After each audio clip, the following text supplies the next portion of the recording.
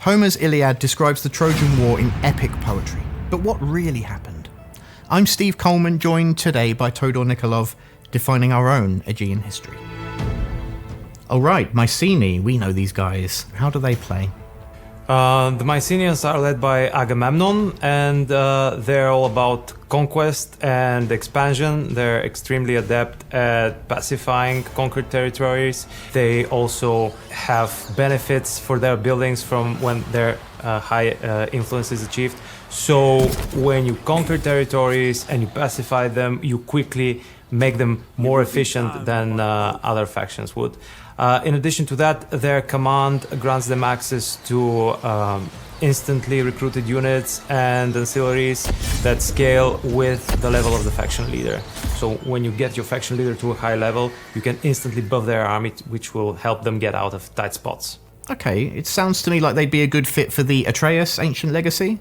Yes, quite right. The Atreus Ancient Legacy allows you to literally dominate over your enemies, because when you complete different objectives against them, you gain this dominance resource, and then you can spend it in diplomacy to boost the probability of your deals being accepted, strong arm them.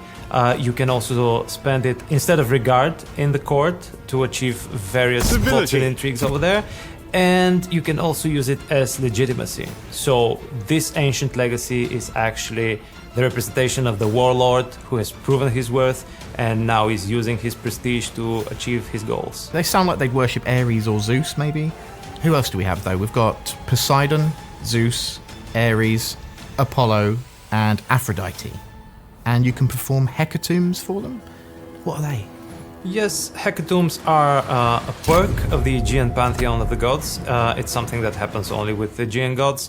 And a hecatomb is a sacrifice that you need to spend food to enact. Every time you perform a hecatomb, all of your generals receive the effects of a prayer to the particular god, as if though they have visited a shrine, which means, again, a boost across all of your armies, depending on the gods that you're performing this sacrifice to. I feel like Troy would worship Apollo. Just feels about right for me. Priam, though, that's unexpected. What other surprises are the Trojans hiding for us? Yes, we've got Priam and also his sons Hector and Paris as playable characters. Priam is quite, experienced and a powerful character, especially in the beginning of your campaign, but it also makes a lot of sense for you to level up Hector and Paris, because at some point Priam will die and the crown will likely pass to some of them or to another person that you choose. Trojans are all about diplomacy. They have various ways to increase their diplomacy standing.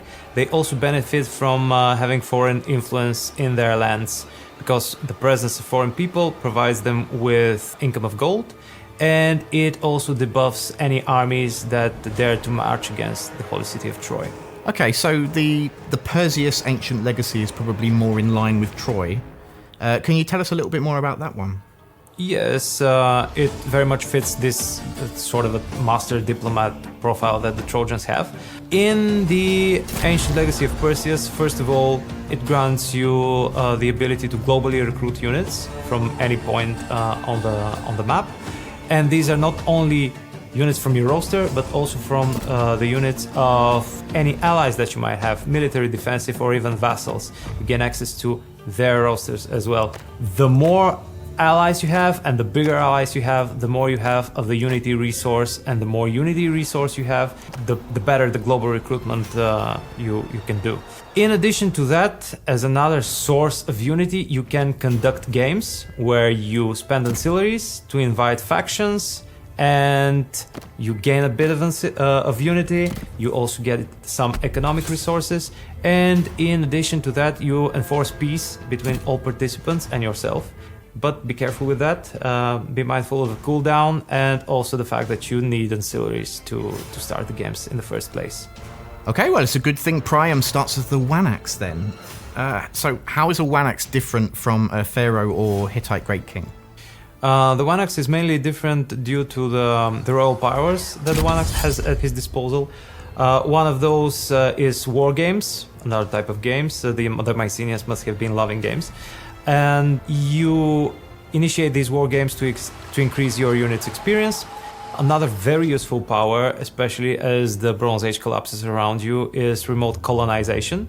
You target an empty settlement, a raised one, and you will instantly colonize it. Of course, there are limitations to this. First, there is range. You can't instantly colonize a settlement on the other side of a campaign map, at least not at first. You need to have vision over the settlement as well. So it is technically possible to colonize a settlement in Egypt from Troy, but it will take quite a bit of preparation and particular leveling up of your 1x powers.